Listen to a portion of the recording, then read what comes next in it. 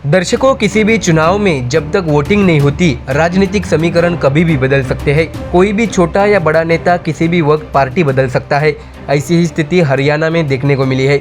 हरियाणा में विधानसभा चुनाव बस कुछ ही घंटे दूर है, इसलिए सभी पार्टियों के नेता अपनी अपनी पार्टी और उम्मीदवारों का प्रचार प्रसार कर रहे हैं।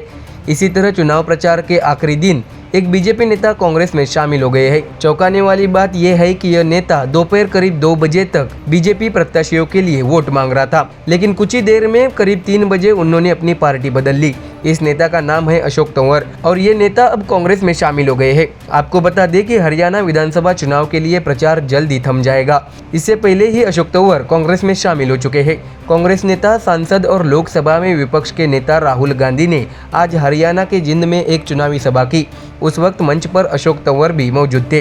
वो राहुल गांधी की मौजूदगी में कांग्रेस में शामिल हुए हैं। आपको बता दें कि कुछ समय पहले वह बीजेपी के लिए प्रचार कर रहे थे। ऐसे में कांग्रेस ने अपने ऑफिशियल एक सैंडल पर अशोक तंवर की कांग्रेस पार्टी में एंट्री का वीडियो शेयर किया। तो वही अशोक तंवर ने दोपहर 1:45 पर फेसबुक पर एक पोस्ट की थी। इस पोस्ट में वह बीजेपी के मंच पर नजर आ रहे हैं। उन्होंने नलवा विधानसभा क्षेत्र में भाजपा प्रत्याशी के प्रचार के लिए आयोजित बैठकों को संबोधित किया। इसके बाद उन्होंने दोपहर 2:52 पर एक और फेसबुक पोस्ट किया।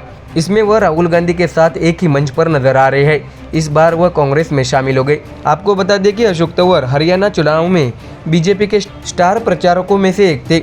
इसके साथ ही बीजेपी ने उन्हें चुनाव अभियान समिति का सदस्य नियुक्त किया। लेकिन आज दोपहर वह जिंद में राहुल गांधी की प्रचार रैली के दौरान कांग्रेस के मंच पर आ गए और कांग्रेस में शामिल हो गए। आपको बता दें कि अशोक तंवर आज नलवा विधानसभा क्षेत्र में भाजपा प्रत्याशी रणधीर पनिहार के समर्थन में आयोजित प्रचार सभा में शामिल हुए। बुधवार को भी उन्होंने पनिहार के प्रचार के लिए आयोजित रैली में हिस्सा लिया था। इस दौरान उन्होंने दावा किया था कि नायब सिंह सैनी के नेतृत्व में बीजेपी तीसरी बार हरियाणा में सरकार बनाएगी। आपको बता दें कि अशोक तंवर पहले हरियाणा कांग्रेस के अध्यक्ष थे। उसके बाद राहुल गांधी और भूपेंद्र सिंह हुड्डा पर आरोप लगाते हुए तृणमूल कांग्रेस में वे शामिल हो गए थे। फिर आम आदमी पार्टी ज्वाइन की थी। उसके बाद भाजपा का दामन थामा था। लोकसभा चुनाव 2024 में उन्होंने सिरसा से भाजपा की टिकट पर कुमारी शैलजा के खिलाफ चुनाव लड़ा। हालांकि उन्हें हार का सामना करना पड़ा था। आपको बता दें कि हरियाणा की सभी 90 सीटों पर एक साथ 5 अक्टूबर को मतदान कराए जाएंगे। मतदान से 2 दिन पहले अशोक तंवर के कांग्रेस में शामिल होने से भाजपा को बड़ा झटका लगा है। बता दें कि प्रदेश में प्रचार प्रसार का ये आखिरी मौका था। इसके बाद प्रदेश में 5 अक्टूबर को मतदान कराए जाएंगे, तो वही 8 अक्टूबर को मतगणना होगी। तो देखा दर्शकों, हरियाणा में चुनाव वोटिंग से पहले बीजेपी को बड़ा झटका देने में कांग्रेस सफल हुई है। ऐसे में देखना होगा कि आने वाले हरियाणा विधानसभा चुनाव के नतीजों में किसे जीत और किसे हार नसीब होती है। Bureau report, MDR news. Maharashtra में इस वक्त विधानसभा की तैयारी सभी दलों की ओर से की जा रही है। इस वक्त महाराष्ट्र की राजनीति में प्रमुख दल BJP, Congress, Shiv Sena, NCP, Shiv Sena UBT, NCP Sharad Pawar party शामिल है। ऐसे में महायुति वर्सेस महाविकास आघाड़ी के होने वाले महाराष्ट्र के विधानसभा चुनाव के मुकाबले पर सबकी नजर है कि आखिर महाराष्ट्र में इस बार किसकी सरकार बनेगी और किस पार्टी के गले में CM पद की माला पड़ती है।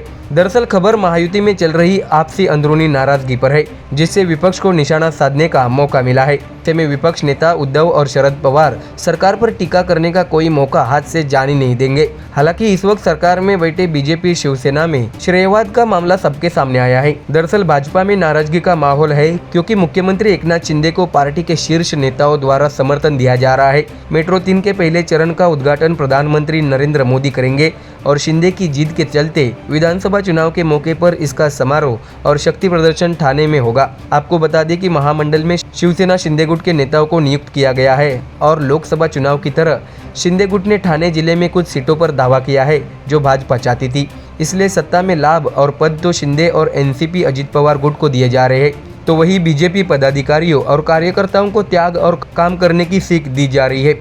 लेकिन कड़ी मेहनत का श्रेय तो शिंदे और अजित पवार गुट को दिया जा रहा है। इसलिए बीजेपी में अब नाराजगी बढ़ती जा रही है। इसके साथ ही आपको ये भी बता दें कि मुख्यमंत्री के रूप में अपने कार्यकाल के बाद से ही देवेंद्र फडणवीस ने मुंबई मेट्रो 3 परियोजना के लिए बहुत मेहनत की थी। महाविकास आघाड़ी और पूर्व मुख्यमंत्री उद्धव ठाकरे और पर्यावरणवादी ने इस परियोजना का कड़ा विरोध किया और आरे कारशेड का काम रोक दिया था। हालांकि फडणवीस ने परियोजनाओं को फिर से शुरू किया और इसके पहले चरण का उद्घाटन 5 अक्टूबर को मोदी द्वारा किया जाने वाला है। आपको बता दें कि मोदी औपचारिक रूप से मेट्रो का उद्घाटन और यात्रा करेंगे और ठाणे में समारोह में भाग लेंगे। इसके साथ ही आपको ये भी जानकारी दे कि मेट्रो के पहले चरण का उद्घाटन करने का श्रेय न तो फडणवीस को मिलेगा और न ही भाजपा को इस मौके पर मुंबई में शक्ति प्रदर्शन का मौका मिलेगा। मुंबई में मोदी की बैठक से उन्हें उस परियोजना के लिए अपनी ताकत और श्रेय का प्रदर्शन करने का मौका मिल सकता था, जिसे फडणवीस और भाजपा ने ठाकरे और अन्य लोगों के साथ संघर्ष के बाद शुरू कर दिया था। हालांकि मोदी ठाणे रिंग रोड के भूमि पूजन, महिला सशक्तिकरण और अन्य कार्यक्रमों के लिए ठाणे जा रहे हैं।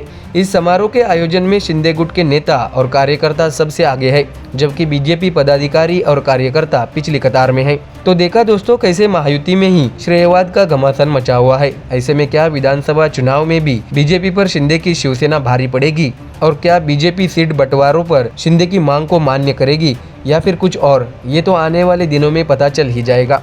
Bureau report MDR news. दोस्तों, महाराष्ट्र की राजनीति में सबसे चर्चाओं में रहने वाला चेहरा है शिवसेना उद्धव बालासाहेब ठाकरे पार्टी के सांसद संजय राउत, जो हर दिन मीडिया के सामने आकर ऐसे आरोप प्रत्यारोप और बड़े बड़े बयान देते हैं, जिससे मीडिया में उनकी चर्चा बनी रहती है। आपको बता दें कि इस वक्त चुनावी माहौल में संजय राउत ने बीजेपी पर निशाना साधा है। उन्होंने कहा है कि महाराष्ट्र में हम महाविकास आघाड़ी के सभी दलों यानी कांग्रेस, एनसीपी शरद चंद्र पवार और शिवसेना उद्धव बालासाहेब ठाकरे पार्टी और अन्य छोटे दलों के साथ चुनाव का सामना करने जा रहे हैं। हमारा फॉर्मूला है कि जो भी जीतेगा उसे नामांकित करे। जहां समाजवादी पार्टी जीत रही है वहां उन्हें सीट दी जाएगी। सीटों के आवंटन का यही हमारा फॉर्मूला है, ऐसा राउत ने मीडिया से बात करते हुए कहा है। उन्होंने कहा है कि हमारे बीच 200 सीटों या 100 सीटों पर चुनाव लड़ने को लेकर कोई बात नहीं चल रही है। शिवसेना को कितनी सीटें, ऐसा कोई सवाल ही नहीं है। तीनों पार्टियां और पार्टी नेता संख्या बल की बात नहीं करते। हम सब मिलकर महाविकास आघाड़ी के रूप में लड़ रहे हैं, ऐसी बड़ी बात संजय राउत कह चुके हैं। उन्होंने कहा कि हमारी हर विधानसभा क्षेत्र पर चर्चा है। प्रत्येक निर्वाचन क्षेत्र के अलग अलग पहलू होते हैं, तो हमारी चर्चाएं भी निर्वाचन क्षेत्रों की तरह है। हम संख्याओं के बारे में नहीं सोचते हैं और यदि हम 100 सीटों पर लड़ो, 80 सीटों पर लड़ो, ऐसा करना चाहते तो यह 1 घंटे का खेल है। राउत ने आगे कहा है कि हम बीजेपी और गद्दार गुट को हराना चाहते हैं, भ्रष्टाचार और आर्थिक गुट को हराना चाहते हैं और ऐसे में अब दशहरा में पूरी तस्वीर साफ हो जाएगी। इसके साथ ही उन्होंने ये भी कहा है कि दिल्ली से कोई हमारे पास नहीं आएगा। जैसे अभी देश के गृह मंत्री आकर बैठे हैं, प्रधानमंत्री आने वाले हैं, वे मेट्रो उद्घाटन के मौके पर आएंगे, लेकिन वे ठाणे जाएंगे, वे पाचपकड़ी जाएंगे, वाघबिल जाएंगे, भांडुप गांव जाएंगे, कांजूर गांव जाएंगे। क्या प्रधानमंत्री इसके लिए आते हैं? ऐसा सवाल भी संजय राउत ने पूछा है। इसी तरह क्या सरदार वल्लभ भाई पटेल सीट आवंटन के लिए आते थे क्या?